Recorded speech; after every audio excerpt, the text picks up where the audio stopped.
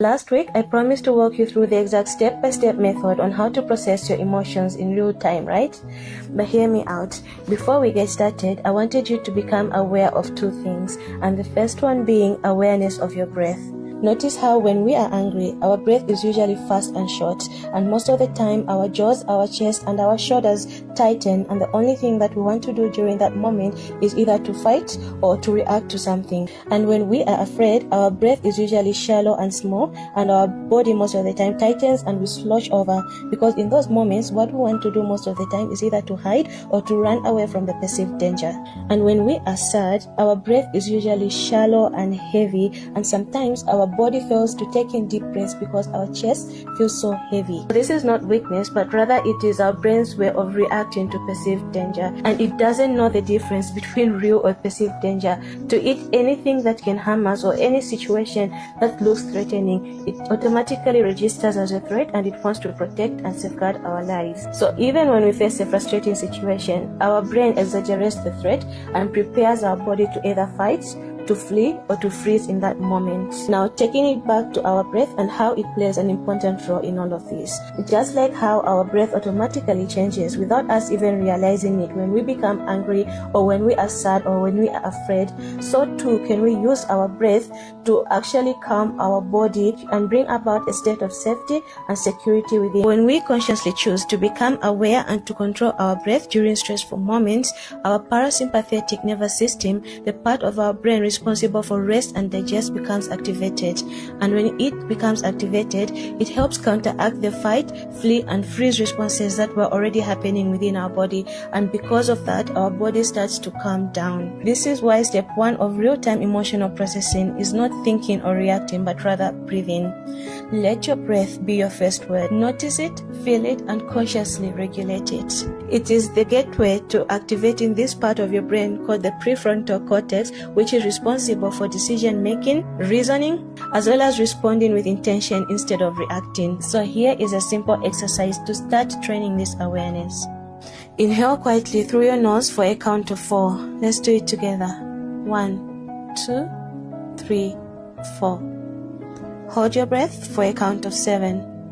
1, 2, 3, 4, 5, 6, 7. Now I want you to exhale through your mouth slowly. Let's do it. 1, 2, 3, 4, 5, 6, 7, 8.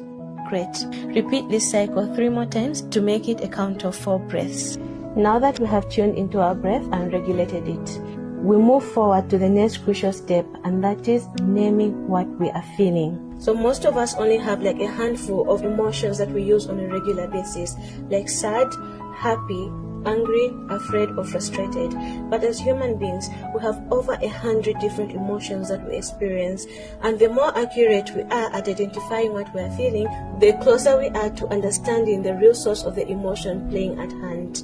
If we only call it anger, for example, we might be missing the fact that underneath anger, there might actually be feelings of betrayal, disrespect, or annoyance itself. And once we mislabel the emotion, then definitely it will be very easy for us to react instead of responding to what the emotion is actually trying to tell us. You might be asking at this moment, how do I get better at naming my feelings? For me, 2 tools have actually helped me immensely in this journey. The first one being the feelings wheel, and the other one being the how we feel up. Here next to me is the feelings wheel from the feelingswheel.com. It is a wheel that shows us all the different kind of emotions that we can feel at any given time. Let's say I'm feeling surprised, then when I move on to the next layer, I pick I'm feeling amazed. Under amazed, I'll go further to the outer layer to really see what emotion I'm actually feeling in the moment and why it is showing up. So under amazed is either awe or astonished. If I pick sad, for example, on the next layer I'll pick despair. When I go to the outer layer, the emotion that I might be feeling is either powerless or I'm really feeling deep grief. If I say I'm feeling angry at the moment, when I go to the next layer, I might be feeling frustrated. Why am I feeling frustrated? The emotion at hand is either I'm feeling annoyed or infuriated. So that's how you go about using the feelings wheel. The more practices you do on this feelings wheel, the easier it becomes for you to name your emotions, and eventually you will no longer be needing to use this. We now move on to the other tool that has helped me immensely in naming my emotions, and it is called the How We Feel app. And this is the icon over here. So this app can easily be downloaded from Google Play Store as well as from Apple Play Store, and it is free of charge. You won't be charged any subscription whatsoever. So once you open the How We Feel app, it will ask you to check in, and when you click on the check-in, it will give you 4 quadrants. So the high energy pleasant is for anything that is of high energy and it is pleasant. Say you're feeling excited, you're feeling very happy. The low energy pleasant, it is in the low. So for example, you're feeling calm, you're feeling peaceful, that is the low energy pleasant. Then on the other side here, there's high energy and pleasant, and high energy and pleasant feelings are usually, I'm feeling very angry, I'm feeling very frustrated, and I'm feeling very furious at the moment. Then low energy and pleasant, maybe I'm feeling sad, I'm feeling grief. So you pick what energy you're feeling at that moment. So let's say maybe I'm feeling high energy and pleasant. It will give you all these emotions to pick from. So here I picked troubled, and it will tell me I'm feeling worried about a problem or conflict, or I'm feeling overwhelmed. What is feeling overwhelmed? It's like feeling like you have been taken over by a strong feeling. All these are on the high and pleasant energy. If we go to the low and pleasant energy, there are all these emotions that you can feel. There's tired, there's feeling disappointed, disconnected, vulnerable, excluded. These are the low energy pleasant emotions. I'm feeling compassionate, I'm feeling included, I'm feeling valued, I'm feeling loved, I'm feeling fulfilled.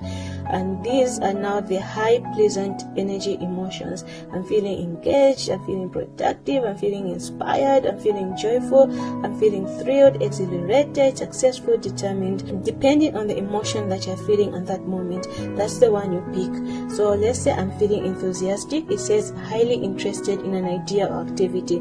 Once I click on it, this is how it appears.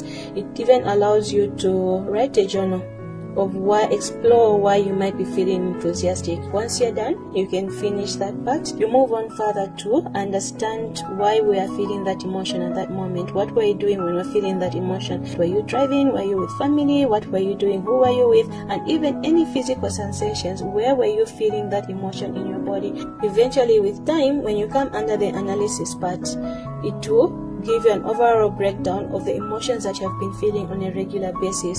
A week, what was happening, who was there, so you even understand what your triggers are and what usually happens with which people. Is it at home, at work? Then another thing I like is the tools aspect here. So in this tools aspect, you can explore everything, even the emotions, the movement. It will give you tools that you can use depending on the emotion that you are feeling, and including these breathing exercises. So even the 4-7-8 breathing exercise, you can also be practicing it from this app. If these teachings made you to pause and to see yourself, then this is your moment. I want you to practice this in the coming week. Whenever you feel triggered, use the 4, 7 and 8 breathing technique, and then I want you to get as close as you can to naming your emotion by either using the feelings wheel or use the How We Feel app. Keep on the practice and see you on the next video. Thank you and have a good day.